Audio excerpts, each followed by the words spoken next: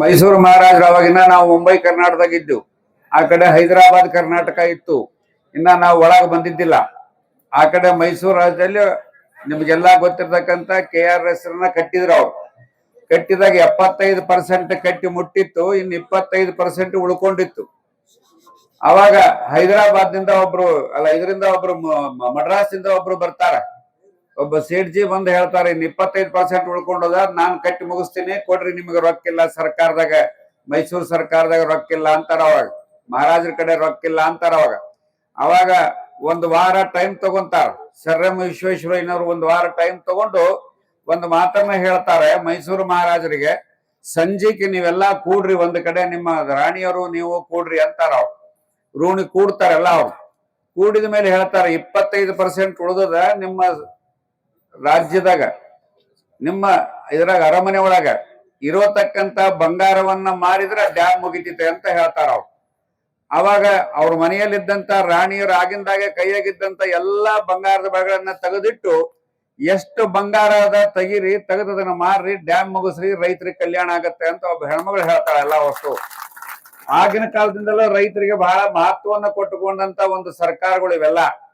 ಆದ್ರೆ ಇತ್ತಿತ್ಲಾಗ ನಾವು ನೋಡ್ತೀವಿ ಬಹಳಷ್ಟು ಸರ್ಕಾರಗಳು ಈ ಕಡೆ ನಾವೆಲ್ಲ ದೊಡ್ಡ ದೊಡ್ಡ ನೀರಾವರಿಯನ್ನ ಮಾಡಿಕೊಂಡಿದ್ದಾರೆ. ಮಂಡ್ಯ ಆ ಕಡೆಗೆಲ್ಲ ಬಹಳ ದೊಡ್ಡ ದೊಡ್ಡ ನೀರಾವರಿಯನ್ನ ಮಾಡಿಕೊಂಡಿದ್ದಾರೆ. ಈಗ ಇವ್ರಿಗೆಲ್ಲಾ ಗೊತ್ತಿರುವಂತ ಎತ್ತಿನ ಹೊಳೆ ಅಂತ ಬಂದದ. ಆ ಎತ್ತಿನ ಹೊಳೆಯಾಗಿ ಎಲ್ಲಿ ತುಮಕೂರಿಗೆ ನೀರು ಹೋಗ್ತಕ್ಕಂತ ಒಂದು ವ್ಯವಸ್ಥೆ ಮೊನ್ನೆ ಅದನ್ನೆಲ್ಲ ಫೈನಲ್ ಮಾಡಿದ್ರು. ಸ್ವಲ್ಪ ಇನ್ನ ಈ ಸರ್ಕಾರಗಳ ಕೆಲವೊಂದು ಜಾಗಗಳ ತೊಂದರೆ ಬಂದಿತ್ತು, ಅದನ್ನು ಫೈನಲ್ ಮಾಡಿದ್ರು. ಅದು ಫೈನಲ್ ಎಷ್ಟು ದೊಡ್ಡದ ಅಂದ್ರ, ಎತ್ತರ 15 ಫೂಟ್ ಎತ್ತರದ, ಆಮೇಲೆ ಅಗಲ ಎಷ್ಟದ ಅಂದ್ರೆ 10 ಫೂಟ್ 15 ಫೂಟ್ ಅಗಲದ. ನೀರು ಎಷ್ಟು ಹೋಗ್ತಿರ್ಬೇಕು, ಅರ್ಧ ಹೊಳಿ ನೀರು ಅದ್ರಾಗ ಹೋಗ್ತದೆ ಎಲ್ಲ ಅಷ್ಟು. ಅದು ಎಲ್ಲಿಗೆ ಹೋಗ್ತದೆ ಅಂದ್ರೆ ನೀರಾವರಿಗೆ ಹೋಗ್ತದೆ, ಕುಡಿಯೋ ನೀರಿಗೆ ಹೋಗ್ತದೆ, ಕೆರೆಗೆ ಹೋಗ್ತದೆ. ಈ ಕಡೆ ಬಿಜಾಪುರಕ್ಕೆ ಮಾಡಿಕೊಡ್ರು, ಈ ಕಡೆ ಇವ್ರು ಚೆನ್ನಾಗಿ ಆಗಲ್ಲ ಅದನ್ನೆಲ್ಲ ಹೇಳಿದ್ರು. ಅವರೆಲ್ಲ ನಮಗೆ ಯಾಕೆ ಆಗಲ್ಲ ಅನ್ನೋದೊಂದು ಪ್ರಶ್ನೆಗಳು ಬರ್ತಾವ. ಇವೆಲ್ಲ ಅಷ್ಟು ನಮಗೆ ಯಾಕೆ ಆಗಲ್ಲ? ಅದೇ ಸರ್ಕಾರಗಳು ಇರ್ತಾವ, ಅದೇ ಇಂಜಿನಿಯರ್ಗಳು ಇರ್ತಾವ, ಎಲ್ಲಾ ಇಂಜಿನಿಯರ್ಗಳು, ಸಾಕಷ್ಟು ಜನ ಇಂಜಿನಿಯರ್ಗಳೆಲ್ಲ ಇದಾರೆಲ್ಲ. ಈಗ ಎಲ್ಲ ಇಂಜಿನಿಯರ್ಗಳು ಮನಸ್ಸು ಮಾಡಿದ್ರೆ ಬೇಕಾದಂಗೆ 2 ಹೊಳಿ ಇದಾವೆ. ಅವಾಗ ಇಲ್ಲಿ ಕುಪೇಕರ್ ಅಂತ ಇದ್ರು, ಕುಪೇಕರ್ ಅಂತ ಸ್ಪೀಕರ್ ಇದ್ರು. ಅವರು ನಿಡಸೋಸಿ ಮಠದ ನಿಮ್ಮ ನಿಡಸೋಸಿ ಮಠದ ಭಕ್ತರು. ಆ ಮಠಕ್ಕೆ 3 ಎಕರೆ 4 ಎಕರೆ ಜಮೀನ್ ಕೊಟ್ಟಿದ್ರು. ಅವರೊಂದು ಮಾತನ್ನ ಹೇಳಿದ್ರು, ಸ್ವಾಮೀಜಿ ಒಂದು 2 ಕೋಟಿ ರೂಪಾಯಿ ಕೊಟ್ರೆ ನಾವು ನೀರು ಬಿಡ್ತೀವಿ, ಬೇಸಿಗೆ ಒಳಗ ಅನುಕೂಲ ಆಗತ್ತೆ. ಆ ಡ್ಯಾಮ್ ಕಟ್ಟಿದೀವಿ, ಆ ಡ್ಯಾಮಿಗೆ ನೀರಿನ ರೊಕ್ಕದ ಕೊರತೆ ಬಂದದ, ಕೊಡ್ರಿ ಅಂತ ಹೇಳಿದ್ರು. ಅವಾಗ ಮಲ್ಲಾರಿ ಗೌಡ್ರಿಗೆ ಹೇಳಿದ್ರು, ಗಪ್ಪ ಆದ್ರು ಎಲ್ಲರೂ. ಅಂದ್ರೆ ಹೇಳಿದ್ದನ್ನ ಯಾರು ಅದನ್ನ ರೈತರಿಗೆ ಅನುಕೂಲ ಆಗ್ತದೆ ಅಂತ ವ್ಯವಸ್ಥೆ ಕಡೆಗೆ ಲಕ್ಷ್ಯ ಕೊಡೋದಿಲ್ಲ. ನಾವು ಸುಮ್ಮನೆ ಏನೋ ಮಾತಾಡ್ತಿರ್ತೀವಿ, ಬೇಕಾದಾಗ ಹೋಗಿ ಹೇಳ್ತೀವಿ, ನೀರು ಬಿಡಿಸ್ಕೊಂತೀವಿ, ಮತ್ತೆ ಅಷ್ಟಕ್ಕೆ ಮುಗಿಸ್ತೀವಿ. ನಾವೆಲ್ಲ ಖಾಯಮ್ಮಾಗಿ ಬರ್ತಕ್ಕಂತ ನೀರಿನ ವ್ಯವಸ್ಥೆಯನ್ನ ಮಾಡ್ಕೊಳ್ತಕ್ಕಂತ ವ್ಯವಸ್ಥೆ ನಮ್ಮ ಈ ಭಾಗದ ಜನರಿಗೆ ಬೇಕಾಗ್ತದೆ. ಅದಕ್ಕೆ ಹುಕ್ಕೇರಿ ತಾಲೂಕು ಈಗಲ್ಲ, ಸುಮಾರು ನಾನು ವಿದ್ಯಾರ್ಥಿ ಜೀವನದಲ್ಲೂ ನೋಡ್ತೀನಿ, ಆವಾಗಿನಿಂದನೂ ಇದು ಹಿಂದುಳಿದಂತ ತಾಲೂಕು ಅನ್ನೋದನ್ನ ಒಂದು ಪಟ್ಟಿಯನ್ನ ಇಟ್ಟುಕೊಂಡು ಬಂದದ.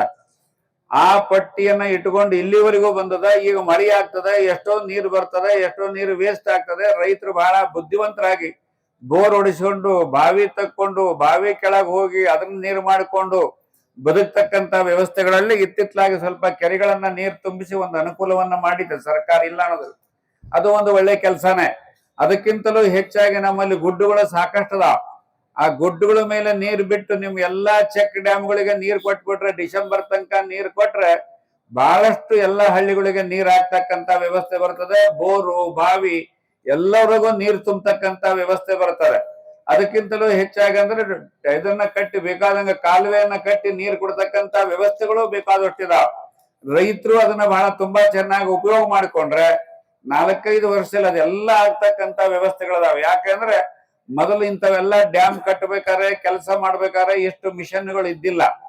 ಈಗ 10 ದಿವಸಗಳಲ್ಲಿ ಆಗ್ತಕ್ಕಂತ ಕೆಲಸವನ್ನ 3 ದಿವಸದಲ್ಲಿ ಮಾಡ್ತಕ್ಕಂತ ಮಿಷನ್ಗಳು ಬಂದಾವ.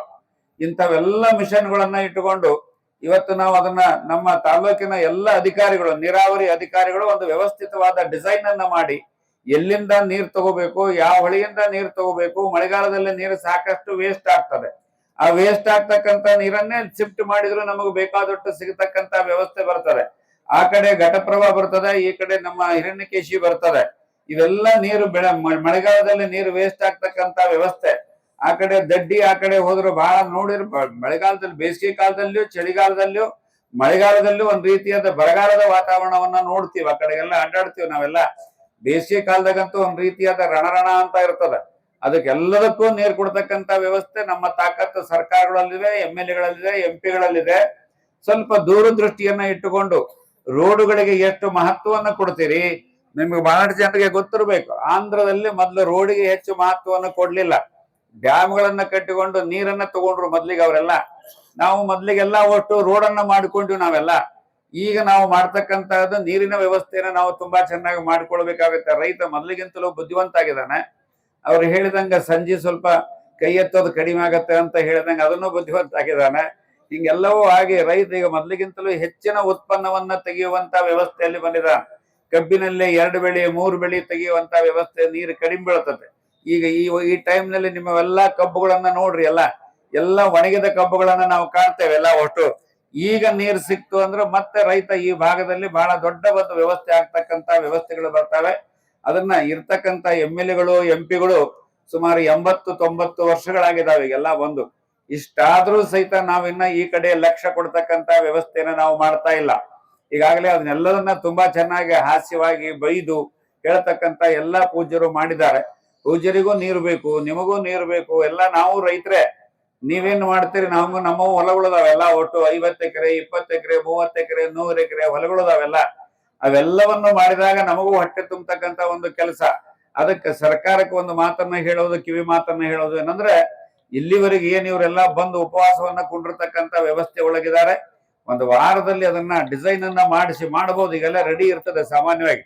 ಯಾವುದೋ ಕಾಲದಲ್ಲಿ ರೈಲು ಎಲ್ಲಿಗೆ ಬರಬೇಕು, ಎಲ್ಲಿಗೆ ಬರಬೇಕು, ನೀರಾವರಿ ಬರಬೇಕು, ಆ ಯೋಜನೆಗಳೆಲ್ಲ ಇದಾವೆ. ಅವೆಲ್ಲ ಹಳೆ ಫೈಲ್ಗಳನ್ನ ತೆಗೆದು ನಾವು ನೋಡಿ ಮತ್ತು ಹೊಸ ವ್ಯವಸ್ಥೆಗೆ ನಾವು ಕೊಡೋದ್ರಿಂದ ಸುಮಾರು 1 ವರ್ಷ 2 ವರ್ಷದಲ್ಲಿ ನೀರಾವರಿ ಮಾಡಿಕೊಳ್ತಕ್ಕಂತ ವ್ಯವಸ್ಥೆ ನಮ್ಮ ದೇಶದಲ್ಲಿದೆ. ರೊಕ್ಕನೂ ಅದ, ದೇಶದಲ್ಲಿ ಬೇಕಾದಷ್ಟು ಟ್ಯಾಕ್ಸ್ ಅನ್ನ ತುಂಬ್ತೀವಿ, ಬೇಕಾದಷ್ಟು ಹಣವನ್ನು ಕೊಡ್ತಾ ಇರ್ತೀವಿ ನಾವೆಲ್ಲ. ಎಲ್ಲವನ್ನೂ ಇರ್ತಕ್ಕಂತ ವ್ಯವಸ್ಥೆ ಒಳಗೆ ನಾವೆಲ್ಲ ತುಂಬಾ ಚೆನ್ನಾಗಿ ಮಾಡಿ ನಮ್ಮ ಎಲ್ಲ ಒಂದು ವ್ಯವಸ್ಥೆಗೆ ಸರ್ಕಾರ ಜಾಗೃತೆಯಾಗಿ ಈ ಕಡೆ ನೋಡಿ ರೈತರಿಗೆ ಸಹಕಾರ ಕೊಡ್ತಕ್ಕಂತ ಕೆಲಸವನ್ನು ಮಾಡ್ಲಿ ಅಂತ ಹೇಳ್ತಾ 2 ಮಾತುಗಳಿಗೆ ವಿರಾಮವನ್ನು ಕೊಡ್ತಾ ಇದೆ.